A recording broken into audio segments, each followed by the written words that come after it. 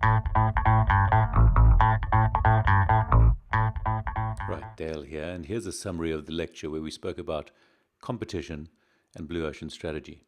So, I started by saying that competition is inherently human. It's all around us, from sperm fighting each other to try and impregnate an egg, to great battles where people will fight out to try and get political or economic dominance, or even if we flip it into the modern day, we will say, well, people will actually compete against each other as athletes to try and get the best time or to get ahead of each other or win a medal. And competition, hence, is all around us. It's human. Some people might say that collaboration is better than competition, but I would argue back and say, well, collaboration really is a more refined version of competition because you're only collaborating to get better and to get ahead. And it's human to do that. So we're left with a situation where we have a marketplace and we can place ourselves in this marketplace, but it's often very busy, very crowded. And it's better for us to redefine that marketplace and to say, I don't want to compete with everybody else. I want to compete on my own terms. And this then introduces the topic of red ocean, the busy marketplace, and blue ocean, the place where the boundaries are defined more by yourself. And the example we used was Yellowtail Wine, where they looked at the market in the late 1990s and they said, instead of competing on the same terms as everyone else, let's compete in a different way. And effectively what they did was four things. So they firstly, over here on the left, is they reduced the price less than premium wines, but slightly higher than the budget wines. This area over here, they eliminated. So they took these competitive factors out. They said, we're not even going to do that. And that's quite hard to do strategically because you look at a marketplace, you say, everyone else is doing this, and we're not going to do it. We're not going to worry about the aging quality. We're not going to do above the line marketing. Tricky to do, but differentiating, significantly differentiating.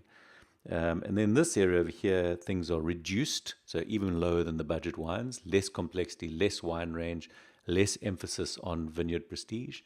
And over here on the right-hand side, going to create some new categories to compete on. Easy drinking, ease of selection, fun and adventure. And that's how Yellowtail did it. But what does that mean for you when you think about yourself and going into the job market?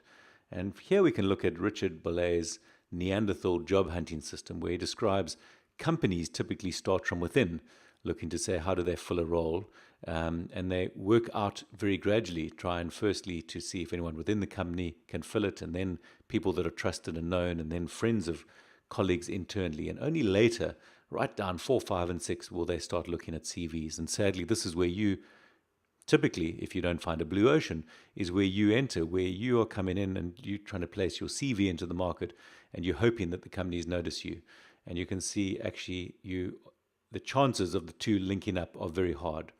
So you are, in this case, in this marketplace. If you look around you in the class, there's many other people all competing for similar types of jobs.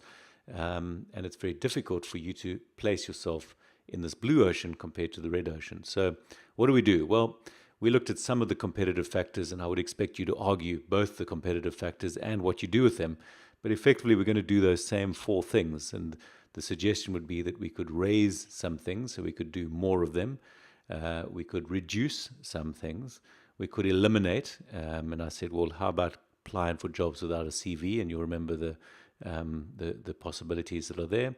And what about creating some new things? So instead of having a CV, perhaps you have your own website, or you have your own portfolio of evidence of the work that you've done that companies are able to see. And in that way, you differentiate yourself and you end up with your own blue ocean strategy for getting noticed in the job market, where your blue curve looks like that and everybody else's curve looks like that.